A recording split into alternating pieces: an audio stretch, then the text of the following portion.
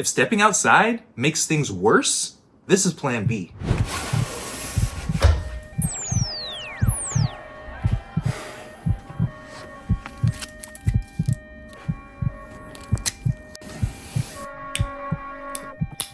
Over the next few minutes, I'm going to walk you through 6 real-world crisis scenarios and exactly what you should do in each one. Unrest, fallouts and radiation, smoke and fire, chemical spills, earthquakes, and blackouts. Sir, the tape has been applied. So let's start with unrest, which, let's be honest, has been happening a lot lately. So unrest can be noisy and unpredictable at the least. But guess what? You don't have to be. If the streets go loud, my job is simple. Shrink my world. Doors locked. Wedge deployed. Gap sealed. Not to stop somebody necessarily, but just to slow them. Slowing buys clarity. Clarity buys survival. Next is communication. Phone, radio, scanner. I want information before decisions. So silence inside, awareness outside. And yes, I keep that thing on me, but it doesn't have to be lethal. Keep a bat or a flashlight, anything you can control. Stillness is a skill. It's how you win situations like this. Sir, I have legally deputized myself. Next, we're going to talk about fires. And fires in a city building is simple physics. Heat rises, smoke spreads, and panic kills. For fire, everything starts with the door check. Back of my hand, light pressure, I'm not gripping the handle. If it's hot, the hallway is a no-go. If it's cool, I can crack it an inch to check for smoke. If smoke's coming out of the door, I drop low and block the gap. Anything to slow the flow of smoke into this room. Next, I turn off the HVAC. You never want to pull hallway smoke into your living space. This is very important. A lot of people forget this. Then I grab my respirator. P100 filters, eat particulates for breakfast. This is for smoke you can see and smell. This is not the moment for the gas mask. That's the wrong tool here. Dude, smoke kills faster than flames. Your breath is your priority. Smoke resistance at maybe 30%. Next, we're going to talk about industrial chemical spills. Now, these don't happen as often, and that's why people make the wrong move. Kill the HVAC. Air conditioning pulls outside air in. I want that system dead. Then I seal. Not the whole window, just the seams. One strip of tape along the edges is enough to slow the exchange and trap cleaner air inside.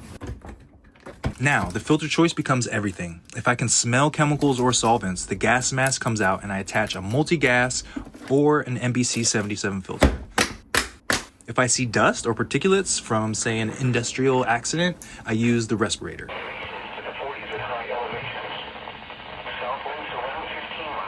Bad air kills by confusion. Calm is your advantage. Sir, vapors neutralized. Pause from the chaos real quick. If you're still here, you're my type of people. Please click the like and subscribe button. It helps push this to as many people as possible. I'd really appreciate it. And let's get back at it. All right, now we're going to talk about a potential fallout. And it may sound like endgame, but it's really just physics. So for fallout, everything is about shielding. I move mass between me and the outside world. Water jugs, shells, thick walls, even everyday items become radiation armor. I pick the most interior room. Less windows, less sky, more protection. If I was outside when the alert hit, I'd remove my outer layer, bag it, and wash anything exposed. Dust is the enemy. Then settle in. Warm light, steady breath, water nearby, food ready. Fallout drops dramatically over 24 hours. My job is simple, to stay still while the physics do the work.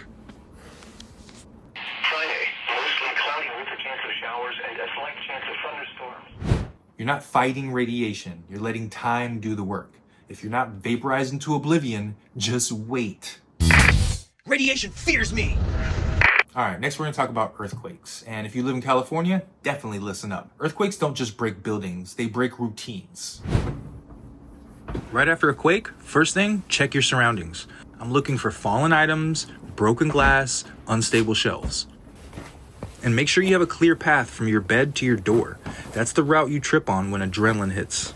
Shoes go right by the bed. Earthquakes love glass. And a headlamp goes on the nightstand for instant hands-free light. Calm is your structured integrity. Snack infrastructure stabilized. Why won't this get off? Get it off me! Blackouts. Blackouts do two things. They steal direction and they steal comfort. First thing in a blackout, I'm controlling the light. Lantern on low. Warm light, not harsh. Harsh light triggers adrenaline. Warm light calms your system. Next is power. Your phone goes to low brightness, low power mode. I plug it into the power bank. That's my lifeline for communication. Then I boil water. Not gourmet cooking, just a warm meal. Your brain settles when your stomach does. Especially me, because I get hangry.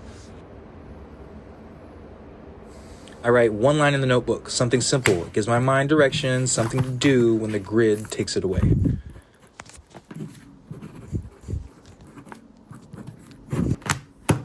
Sir, I am now 87% tape. Permission to stay ready. Permission granted. Every crisis asks a different question, and the answer never changes. Shrink your world, control your room, and breathe. And always stay ready. All right, so that concludes my systems. You watched my go bag system, my field go bag system, and my shelter in place system. These are the backbone of staying alive when society goes sideways. If you watched all the videos, you didn't just learn gear, you learned foundation and framework and how to stay alive and keep yourself ready in a nasty situation. Season 1 was about building the world, setting the table, giving you the tools.